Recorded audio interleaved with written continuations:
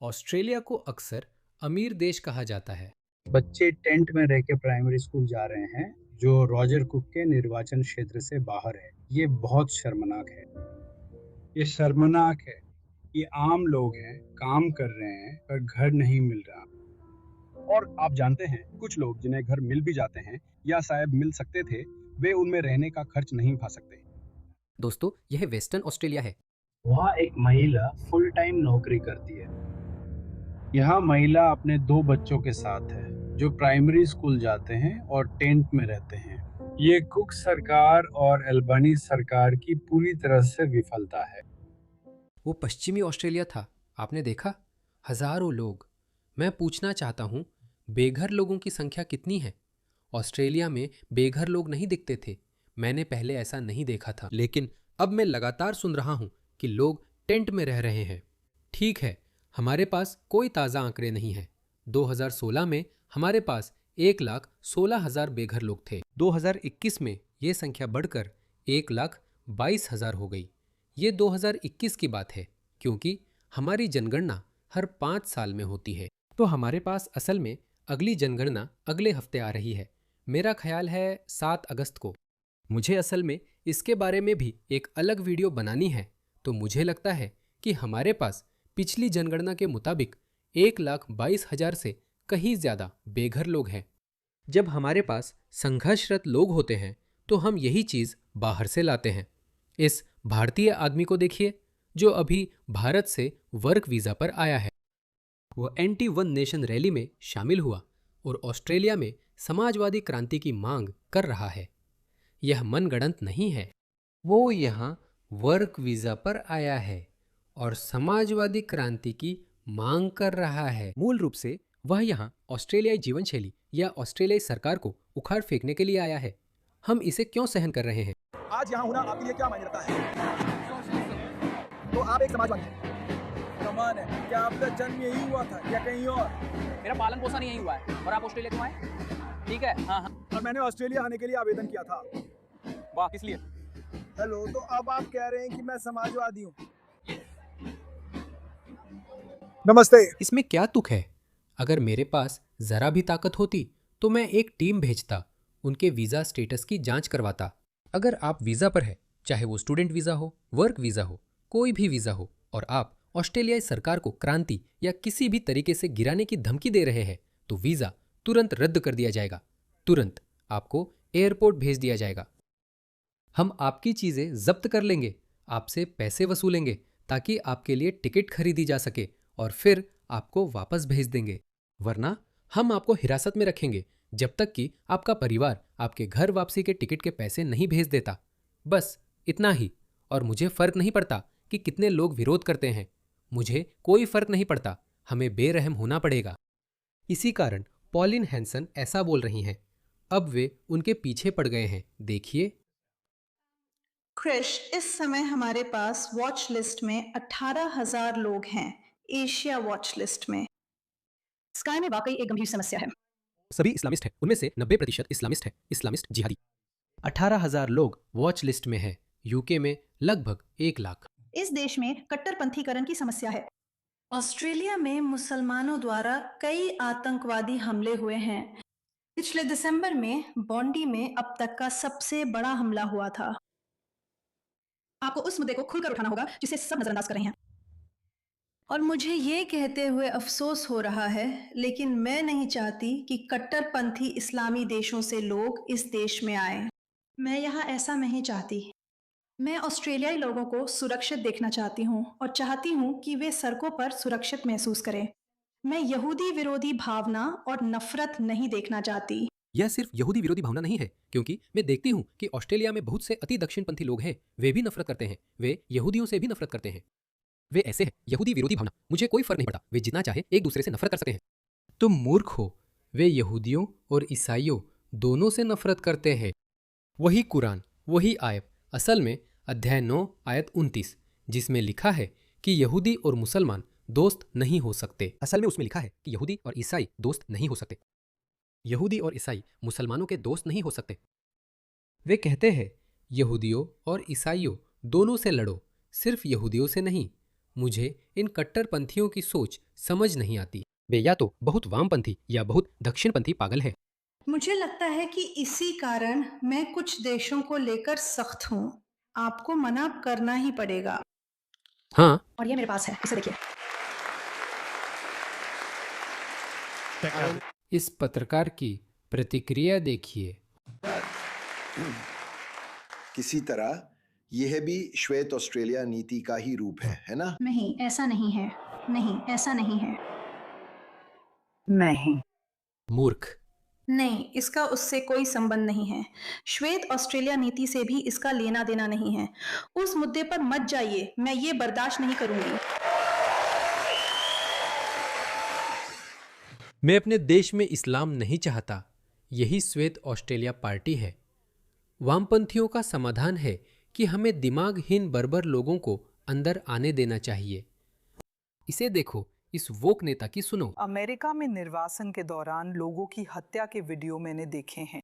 सिर्फ 2 लोग, रेनी गुड और अलेक्जेंडर प्रिटी, जो जाने माने उपद्रवी थे। वे वहां भड़काने और आईसीई संघीय एजेंटों को उनका कानूनी काम करने से रोकने के लिए थे। लोगों को अस्पतालों और मेडिकल क्लिनिकों से हटाते हुए देखा है। इस देश में ऐसा होने की कल्पना भी मुझे बीमार कर देती है, सच में। आप पहले से ही बीमार है।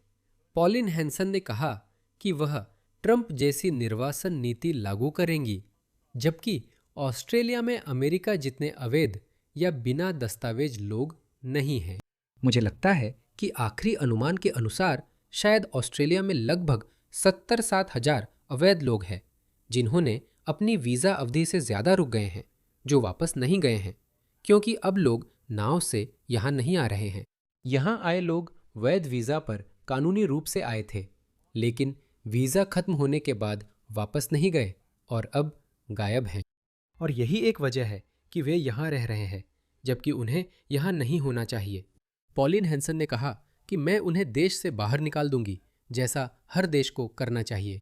और ये नेकी का ढोंग करने वाले, नैतिकता का दिखावा करने वाले लोग ये हमेशा यहाँ होते हैं।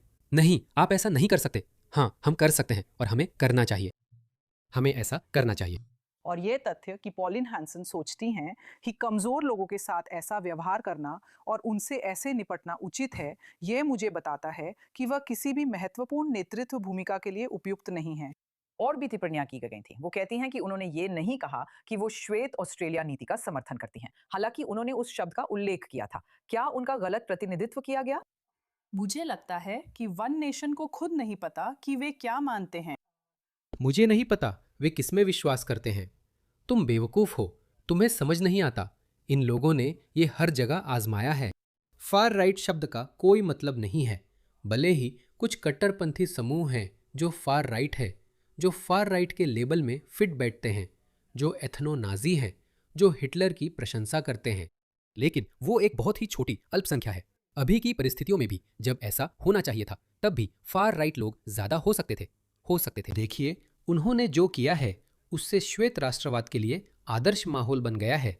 अगर यह बढ़ता है तो मुझे हैरानी नहीं होगी। लेकिन इस समय शुक्र है, न तो रूपर्ट लो, न ही फराज और न ही पॉलिन हैंसन, ये लोग श्वेत सर्वोच्चतावादी नहीं हैं। ये नहीं हैं। ये श्वेत राष्ट्रवादी नहीं है। इसे परखने का एक तरीका है कि देखें कि एथनो नाजी इनसे कितनी नफरत करते हैं। नियो नाजी इन्हें पसंद नहीं करते, वे इनसे नफरत करते हैं। लेकिन ये लोग उन्हें नियो नाजी, श्वेत सर्वोच्चतावादी, श्वेत राष्ट्रवादी कहते हैं। और क्योंकि ये बुनियादी रूप से सच नहीं है, इसलिए ये लोग हार रहे हैं। वे एक दूसरे से साफ साफ बात नहीं करते। बार्नबी को मेल रॉबर्ट्स और पॉलिन की बात समझ नहीं आती। यही कारण है कि अगर आज आम चुनाव होते हैं तो पॉलिन हैंसन 66 सीटें जीतेंगी और लेबर को भी 66 सीटें मिलेंगी। इसे देखिए, पॉलिन हैंसन की वन नेशन सरकार बना सकती है, एक मेगा पोल दिखाता है। लेबर की बहुमत पहले ही जा चुकी है। इसे देखिए, ये नारंगी है। और ये है कि अगर गठबंधन, हमारे टोरीज, लिबरल पार्टी, अगर वे अपना रवैया छोड़ दे और वन नेशन के साथ गठबंधन करे तो वन नेशन सरकार बना सकती है। क्या यह कमाल नहीं? वे सरकार बना सकते हैं। यह अद्भुत है। तो यही वजह है कि यह काम नहीं कर रहा है। ये उनके लिए काम नहीं कर रहा है। और इसे देखिए, जब ऑस्ट्रेलियाई जनता जाग रही है, ऑस्ट्रेलियाई जनता कह रही है कि अब बहुत हो गया। हमारे मीडिया को देखिए, हमारे मुख्य धारा के मीडिया को देखिए। ये चैनल 7 है जो एक दुर्भावनापूर्ण रिपोर्ट कर रहा है। रूपर्ट लो का रिस्टोर ब्रिटेन और भी कठोर घोषणा पत्र लेकर आया है, जिससे आलोचक जातीय सफाई की रूपरेखा बताते हैं। देखिए, इसे जातीय सफाई कहकर केस से लेबल किया जा रहा है। बड़े पैमाने पर निर्वासन। हर अवैध प्रवासी, कुछ अनुमानों के अनुसार यूके में लगभग 1.5 से 2 मिलियन अवैध प्रवासी है, जो पूरे यूके के कोने कोने में फैले हुए हैं। उन्होंने ये जानबूझकर किया। उन्होंने उन्हें पूरे देश में ऑपरेशन स्कैटर नामक अभियान के तहत फैला दिया। पॉलिन, मैं आपको ये देना चाहता हूँ। धन्यवाद। ये ऑस्ट्रेलिया में क्या करना चाहिए उसकी एक बेहतरीन मिसाल है। हम ये आसानी से कर सकते हैं दोस्तों। हमारे पास 70-60 हजार अवैध प्रवासी हैं। हमें इन्हीं से शुरुआत करनी चाहिए। यही आगे बढ़ने की पहली सीढ़ी होगी। इससे सभी को मजबूत संदेश मिलेगा। अरे, तुम हमारे सिस्टम के साथ खिलवाड़ नहीं कर सकते। तुम हमारे कानूनों के साथ खिलवाड़ नहीं कर सकते। हम इसे बर्दाश्त नहीं करेंगे। दफा हो जाओ। नहीं, मैं अच्छे से पढ़ूंगी। हमारी सोच एक जैसी है। ये योजना है कि 3 साल से भी कम समय में लगभग 20 लाख लोगों को ब्रिटेन से हटा दिया जाए। बहुत सुंदर। या तो जबरदस्ती या उनकी कानूनी स्थिति को व्यवस्थित रूप से छीनकर और एक ऐसा शत्रुतापूर्ण माहौल बनाकर जिसमें उन्हें कल्याण और जरूरी सेवाओं से वंचित कर दिया जाए। बहुत अच्छा। इसे देखो, ब्रिटेन से बाहर पैसे भेजना।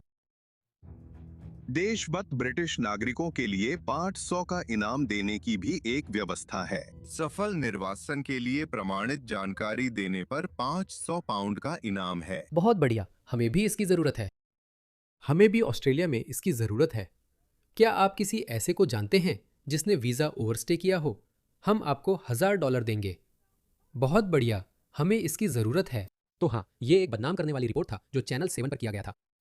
और मैं आपको बता दूं कि इसे ऑस्ट्रेलियाई जनता ने अच्छे से नहीं लिया।